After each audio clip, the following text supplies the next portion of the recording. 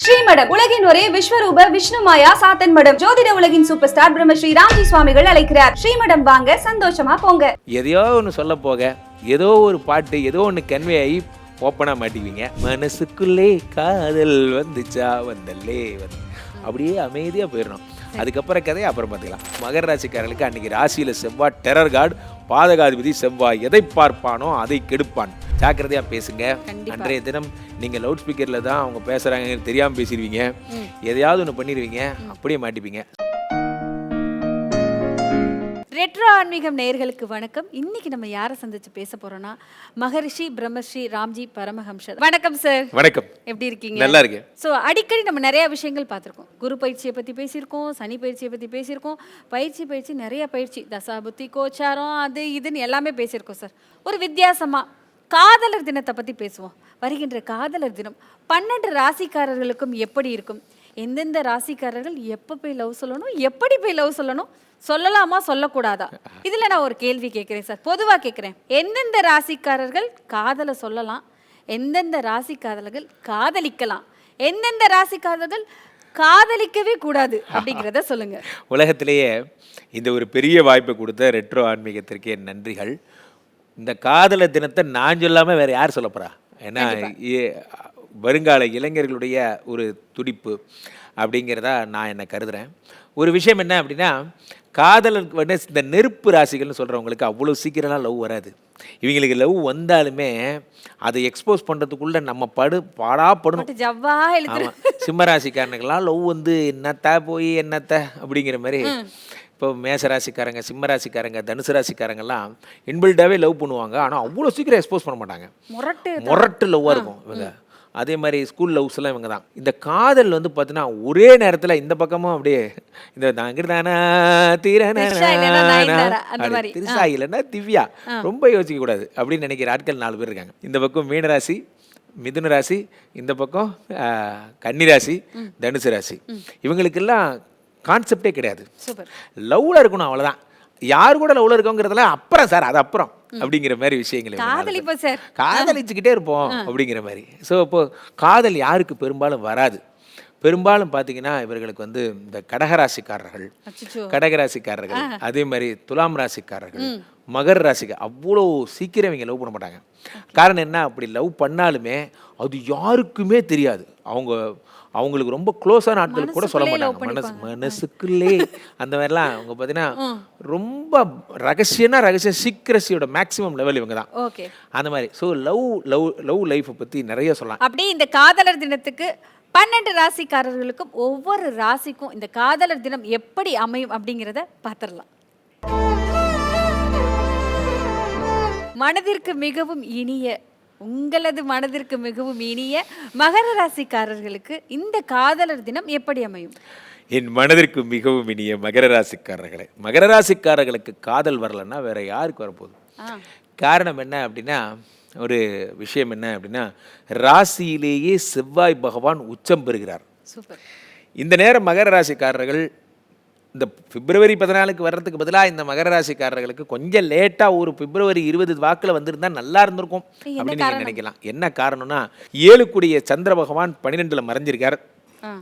பாதகாதிபதி செவ்வாய் உடம்புல உட்காந்து உச்சம் பெறுகிறார். செஞ்சு விடுவாரா? அப்படியே கூட்டு போய் பச்சை மாட்டி விட்டுருவார். அதனால மகர ராசிக்காரர்கள்லாம், சித்தப்பா எனக்கு ஒரு கனவு கண்ட சித்தப்பா, என்னாச்சு? நம்ம இவர் வந்து ஒரு சொல்லுவாங்கள்ல ஒரு படத்தில், அவர் வந்து அவருடைய அந்த பொண்ணோட அப்பா வந்து என்னை தேடிட்டு இருந்தார், இந்த மாதிரி பண்ணிட்டார். ஏண்டா அப்படி அவர் ஏதாவது பண்ணாலும் அவர் ஒன்றை தானடா பண்ணும், என்ன ஏண்டா பண்ணார், கனவாக இருந்தாலும் ஒரு நியாயம் வேணாமடா அப்படின்னு ஒரு படத்தில் சொல்லுவாங்க. அந்த மாதிரி கூட இருக்கிறவங்கலாம் பயமுறுத்துறது, இந்த மாதிரிலாம் இவர்களுக்கு கொஞ்சம் ஓவராக போயிடுவாங்க. மகர ராசிக்காரர்கள் அடக்கி வாசித்தல் நலம்.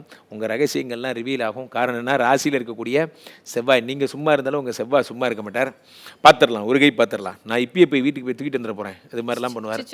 ஆமாம், அவங்க எல்லை தாண்டி உள்ளே போக முடியாது, பிடிச்சி வச்சிருவாங்க, கட்டி போட்டுருவாங்க, தேவையில்லாத வேலை. ஸோ அதனால் வந்து உங்களுக்கு இந்த காதலர் தினத்தை கொஞ்சம் தள்ளி போட்டு அப்புறமா அப்ப அன்னைக்கு செலிப்ரேட் பண்ண வேண்டாம். ஆமாம், அதுக்கு முன்னாடி நாள் செலிப்ரேட் பண்ணிக்கோங்க, அதுக்கு அடுத்த நாள் செலிப்ரேட் பண்ணிக்கோங்க. அன்னைக்கு நாள் செலிப்ரேட் பண்ணி கண்டென்ட்டாக மாட்டிக்காதீங்க. So, அன்னைக்கு போய் சொல்லக்கூடாதுன்னு ஆமாம், சொல்றீங்க. அன்னைக்கு சில பேர் இந்த வாட்ஸ்அப் ஸ்டேட்டஸ்லாம் வைப்பாங்க, சில பேர் அவங்கள மீன் பண்ணிலாம் வைப்பாங்க. பங்கே மாட்டிக்கிட்ட பங்கே அப்ப என்ன சார் அன்னைக்கு வைக்காம என்னைக்கு தான் வைக்கிறது? ஆமாம், அன்னைக்கு நீங்கள் பார்த்து சுடிதார நிந்து வந்த சொர்க்கமே என்ன எல்லாரும் புடவை கட்டிட்டு இருக்காங்க, ஓஹோ இவ்வளோ தான் சொன்னியா நீ, இனியா மாட்டிக்கிட்டோம். எதையோ ஒன்று சொல்ல போக ஏதோ ஒரு பாட்டு ஏதோ ஒன்று கன்வே ஆகி ஓப்பனாக மாட்டிக்குவீங்க. அதனால் அன்றைக்கி தினம் வந்து மகர ராசிக்காரர்களுக்கு மட்டும் இந்த காதல் அன்று அரை கம்பத்தில் பறக்கலாம். ஸோ அன்றைக்கி வேண்டாம். ஸோ காரணம் என்ன அப்படின்னா, 2ஆம் இடத்துல ஒரு ஊரே வந்து உட்காந்துருக்கு, சும்மா கிடையாது. 2ஆம் இடத்துல ஒரு ஊரே வந்து உட்காந்துருக்கு. அப்போ என்ன ஆகும்னா பேச்சு, இவங்க நீங்கள் சும்மா இருந்தாலும் உங்கள் பேச்சு சும்மா இருக்காது. நீ சும்மா இருந்தாலும் உன் வாய் சும்மா இருக்காது. நீங்களே வந்து எதையாவது ஒன்று சொல்லி அன்னைக்கு பார்த்து ஏதாவது உளறி கொட்டி எதையாவது ஒரு மெசேஜ் அனுப்பிவிட்டு அந்த மெசேஜ் இன்னொருத்தன் எடுத்து படித்து பார்த்து பங்கு நீ மாட்டிக்கிட்ட பங்கு அப்படிங்கிற மாதிரி 2ஆம் இடத்துல இத்தனை பேர் இருக்கும் பொழுது ஜாக்கிரதையாக பேசுங்க. அன்றைய தினம் நீங்கள் லவுட் ஸ்பீக்கரில் தான் அவங்க பேசுகிறாங்கன்னு தெரியாமல் பேசிடுவீங்க, எதையாவது ஒன்று பண்ணிடுவீங்க, அப்படியே மாட்டிப்பீங்க. ஸோ அதனால் அன்றைய தினம் காதலர் தினத்தை நீங்கள் தவிர்ப்பது நல்லது. அப்படி நான் முரட்டத்தனமாக லவ் பண்ணி தான் தீர்வேன், அப்படி தான் பண்ணியே தீருவேன் அப்படின்னா பகலில் பக்கம் பார்த்து பேசு, இரவில் அதுவும் பேசாதேனாங்க. அப்போ 13ஆம் தேதி நைட்லேருந்தே நீங்கள் பேசக்கூடாது, அது 14ஆம் தேதி ஃபுல் டேவும் நீங்கள் பகலில் பேசவே கூடாது. மனசுக்குள்ளேயே நீங்கள் காதலை, மனசுக்குள்ளே காதல் வந்துச்சா வந்தல்லே அப்படியே அமைதியாக போயிடணும். அதுக்கப்புறம் கதையை அப்புறம் பார்த்துக்கலாம். சரி, என்ன கலர், ஒரு வேளை நான் இன்னைக்கு சொல்லியே தீர்வேன் அப்படின்னு சொன்னா என்ன கலர் ட்ரெஸ் போட்டு போய் சொல்லணும், எந்த டைம்ல சொல்லணும்? அன்றைய தினம் நீங்கள் காதலை தவிர்ப்பது நல்லது. அப்படி நீங்கள் பண்ணி தான் ஆகணும்னு நினச்சிங்கன்னா ஒயிட் கலர் ட்ரெஸ் போட்டு பண்ணுற நீங்கள் லவ் ப்ரப்போஸ் பண்ணலாம். வெள்ளை புறா ஒன்று, மிச்ச வார்த்தை உங்களுடைய விதி தான் எழுதிக்கணும். என்ன காரணம் என்ன அப்படின்னா, சேர்ந்தது வந்துதா இல்லை போனது கையில் வராமலேங்கிறது உங்கள் கையில் தான் இருக்குது. காரணம் என்ன அப்படின்னா, மகர ராசிக்காரர்களுக்கு அன்றைக்கி ராசியில் செவ்வாய் டெரர் கார்டு, பாதகாதிபதி செவ்வாய் எதை பார்ப்பானோ அதை கெடுப்பான். இந்த ஆளுக்கும் லவ்வுக்கும் சம்பந்தமே கிடையாது. ஒரு டெரர் பாய், அவன் உட்காந்து ஏழை பார்த்துட்டு இருக்கான், லவ்வா பண்ணுற லவ் அப்படின்னா ஐயா ஐயா நீ ஏன் கோவப்படுற அப்படிங்கிற மாதிரி. அன்றைய தினம் ரொம்ப மோசமான டே. அதனால் ஒயிட் கலர் ட்ரெஸ் போடுறது பெரும்பாலும் நல்லது. அன்றைய தினம் அமைதியாக நமக்கு எதுக்கு பேசாமல் நமக்கு லவ்வும் வேணாம் ஒன்றும் வேணாம் அப்படின்ட்டு போகிறது, பொழப்புகளை பார்ப்போம். எனக்கு தெரிஞ்சு போச்சு பெர்சன்டேஜ் எவ்வளோ இருக்கும்னு. இருந்தாலும் உங்க வாயாலேயே சொல்லிடுங்க. பாவம், மனசை கஷ்டப்படுத்த வேண்டாம். மகர ராசிக்காரர்களுக்கு அன்றைக்கி பர்சன்டேஜே இல்லை. அன்றைய தினம் விரத நாள். பொதுவாகவே செவ்வாய் நாளே இந்த மேஷம் விருச்சிகம்லாம் ரொம்ப ஆக்டிவான ஆட்களாக இருப்பாங்க. ரிஷபம் துலாம்லாம் பார்த்தீங்கன்னா ரொம்ப ரொமான்டிக்காக இருப்பாங்க. அது மாதிரிலாம் இந்த REM ரெமோலாம் இவங்க தான். அன்னியன்லே யார் சார்? எஸ், அன்னியன்லே பாடலாம். அப்போ கன்னி ராசிக்காரர்கள் மிதுன ராசிக்காரங்கள்லாம் ரெட்டை குணமுடையவர்கள். இந்த பக்கம் ஐ லவ் யூ அனுப்பிட்டே இருப்பாங்க, இந்த பக்கம் மீட்டு அனுப்பிட்டே இருப்பாங்க. அப்படி மாற்றி மாற்றி அப்படி அந்த மாதிரி ஆட்களாக இருப்பாங்க. புதன் அப்படிங்கிறதுனால அது கவிதை கவிதையாக அனுப்புவாங்க. கண்ணை வெளிச்சா கடவுளை நீதானே அப்படிங்கிற மாதிரி, ஐயோ ஓவர்ரா டே அப்படிங்கிற மாதிரி. அப்போ அந்த கடகராசிக்காரர்கள்லாம் பார்த்தீங்கன்னா சந்திரன் தான் அதிபதிங்கன்னா அப்படியே லவ் அப்படி வருவா சார் அப்படிங்கிற மாதிரி. எங்கள் வீட்டு குத்து விளக்கு நீ கிடைச்சா என் வாழ்க்கை கெத்து, அந்த மாதிரி. என்ன கானா லெவலில் இறங்கிட்டீங்க அப்படிங்கிற மாதிரிலாம் இவங்க எந்த லெவலுக்கு இறங்குவாங்க கடகராசிக்காரர்கள். அவங்க அந்த இசை சம்மந்தப்பட்டவங்க. இந்த சிம்ம ராசிக்காரங்க தான் வந்து பார்த்தீங்கன்னா அவங்களோட லவ் எக்ஸ்போசர்லாம் பார்த்தீங்கன்னா ராசிநாதன் சூரியன் அப்படிங்கும்போது இல்லை எங்கிட்ட என்ன குறை பார்த்தீங்க, நான் ஏதாவது திருத்திக்கணுமா அப்படிங்கிற மாதிரிலாம் பண்ணுறது. அப்படி சாப்பிட்டுட்டு இந்த வாட்டர் மெலன் ஸ்டார் பண்ணுவார்ல, அந்த மாதிரிலாம் பண்ணுற மாதிரி, கிளம்பு கிளம்பு கிளம்பு அப்படிங்கிற மாதிரிலாம் இந்த மாதிரிலாம் பண்ணுவார். அடுத்ததாக இந்த குரு, இதுதான் ரொம்ப பாவம். இந்த மீனராசிக்காரங்க தனுசு ராசிக்காரங்களுக்கெல்லாம் இவங்களுக்கு லவ் பண்ணால் இதை கூட ஆச்சாரமாக லவ் பண்ணுவாங்க. இவங்களுக்கு அதை கூட வந்து பார்த்தீங்கன்னா நல்ல நேரம் வந்து அந்த அம்பி எழுதுவார்ல இந்த லெட்ரு உபய குசலோபரி அந்த மாதிரி எழுதுவாங்கல்ல, தாளமுத்து நடராஜர் கவிதை காவன்னு போஸ்ட் அந்த மாதிரி, நான் நிற்க உங்களை நான் சந்தித்ததிலிருந்து உங்கள் மேலே ஆசைப்படுகிறேன் அப்படிங்கிற மாதிரிலாம் இவங்க கேரக்டராக இருக்கும். மகரம் கும்பம்லாம் கேட்கவே வேணாம், இவர்கள் தான் சனி புரட்சி அப்படிங்கிறதுனால வர தூக்கிட்டு போகிற உனக்காக வெயிட் பண்ணுவேன் புரியுதா அப்படிங்கிற மாதிரி ஆட்கள். ஸோ இதெல்லாம் தான் உங்களோட குணங்களாக இருப்பாங்க. இதில் என்னென்னா அந்த சம்மந்தம் இல்லாத காம்பினேஷன் வந்து சேர்ந்துடும்.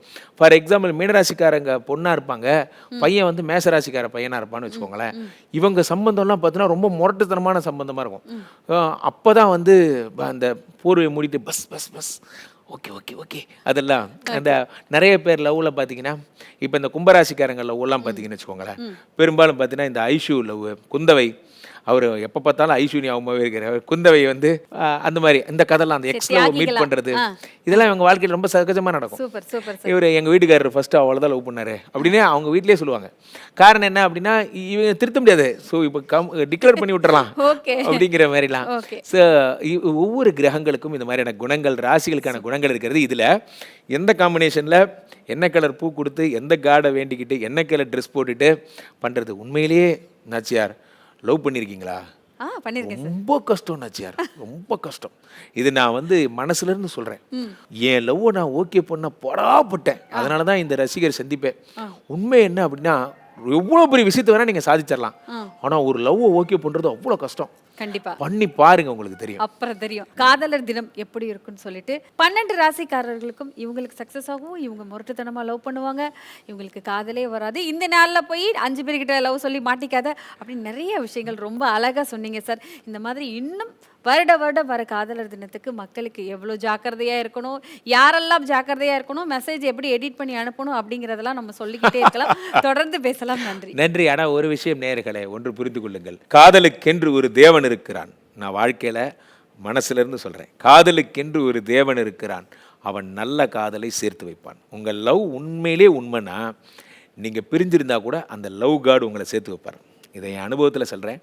ஸோ அப்போது நீங்கள் உங்கள் மனைவியை உண்மையாக லவ் பண்ணுறீங்கன்னா யார் வந்து பிரித்தாலும் அவங்களால பிரிக்கவே முடியாது. காரணம் என்னென்னா because love god is most powerful than anything in the world. அதனால் காதலை கடவுளாக பாருங்கள். காதல் ஃபன்னு கிடையாது. Be serious. Love is divine. அந்த கான்செப்டுக்குள்ளே வாங்க. லவ் வந்து ஃபன் கிடையாது. ஸோ காதல் திருமணம் தான் நாங்கள் பண்ணோம், ஜெயித்தோம். அதெல்லாம் எதுக்கு இந்த இடத்துல சொல்கிறேன் அப்படின்னா, நீங்களும் இந்த காதல் தினத்தில் ஒரு சத்தியம் பண்ணுங்கள். லவ் பண்ண உண்மையாக இருங்க. நிச்சயம் அந்த காதல் உங்களை வாழ வைக்கும்.